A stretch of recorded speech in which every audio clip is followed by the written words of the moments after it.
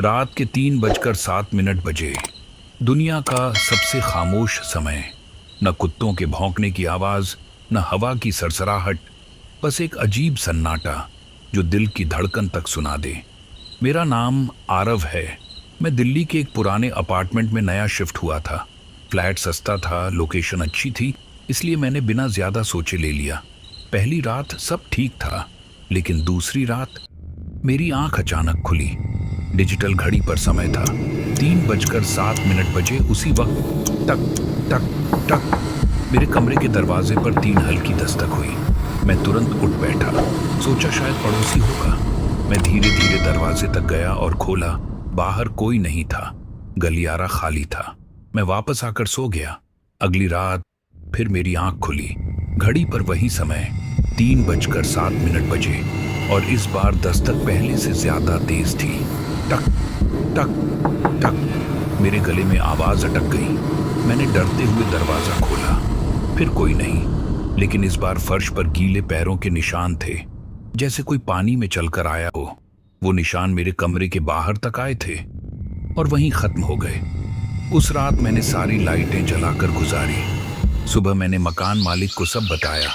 वो कुछ सेकंड चुप रहा, फिर बोला शायद पाइप्स की आवाज होगी, लेकिन उसकी आंखों में डर साफ दिख रहा था। तीसरी रात मैंने तय किया कि इस बार दरवाजा नहीं खोलूंगा। 3:07 बजे दस्तक शुरू हुई। टक टक टक फिर दरवाजे का हैंडल धीरे धीरे हिलने लगा। मेरी सांसें रुक गईं। मैं बिस्तर पर जड़ हो गया और फिर दरवाजा अपने आप खुल गया। बाहर अंधेरा गलियारा था, कोई नहीं, लेकिन कदमों की आवाज आ रही थी, धीरे धीरे मेरे कमरे की तरफ। ठक ठक ठक, जैसे कोई नंगे पैर चल रहा हो। आवाज मेरे बिस्तर के पास आकर रुक गई। मैं कंबल के अंदर कांप रहा था। सुबह तक हिम्मत नहीं हुई बाहर देखने की। जब उठा, आईने पर उंगली से लिखा था मत सो। मेरे होश उड़ गए। मैं तुरंत बाजार गया और एक CCTV कैमरा खरीद लाया। उस रात मैंने कैमरा कमरे में लगा दिया। 3:07 बजे से पहले ही मैं बिस्तर पर लेट गया। पता नहीं कब नींद आ गई। सुबह उठते ही मैंने फुटेज चेक की। 3:06 बजे तक सब सामान्य था। 3:07 बजे मैं अचानक सीधा बैठ गया। मेरी आंखें खुली थीं, लेकिन चेहरा बिल्कुल भावहीन। मैं बिस्तर से उठा, कैमरे के बिल्कुल पास गया और धीरे से मुस्कुरा दिया। मेरा खून जम गया। मुझे याद ही नहीं था कि मैं उठा था। फुटेज आगे बढ़ी।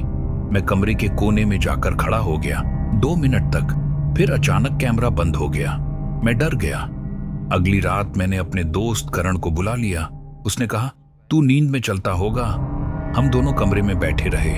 घड़ी ने 3:07 पर दिखाया। कमरे की लाइट झपकी, दरवाजा खुल गया। करण हंसने लगा। हवा होगी। फिर उसकी हंसी रुक गई। उसने कमरे के कोने की तरफ देखा। मैंने भी देखा। वहां एक आदमी खड़ा था। अंधेरे में बस उसका चेहरा दिख रहा था।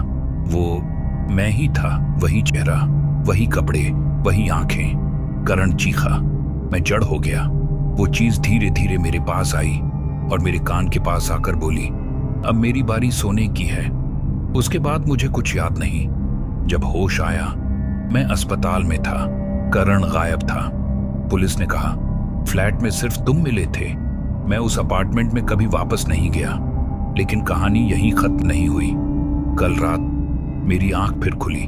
डिजिटल घड़ी पर समय था 3:07 बजे और कमरे के बाहर 3 दस्तक हुई। टक टक टक। अगर तुम ये कहानी रात में सुन रहे हो तो एक बार घड़ी जरूर देखना। शायद 3:07 होने वाला हो। अगर स्टोरी अच्छी लगी हो तो लाइक करें और चैनल को सब्सक्राइब करें।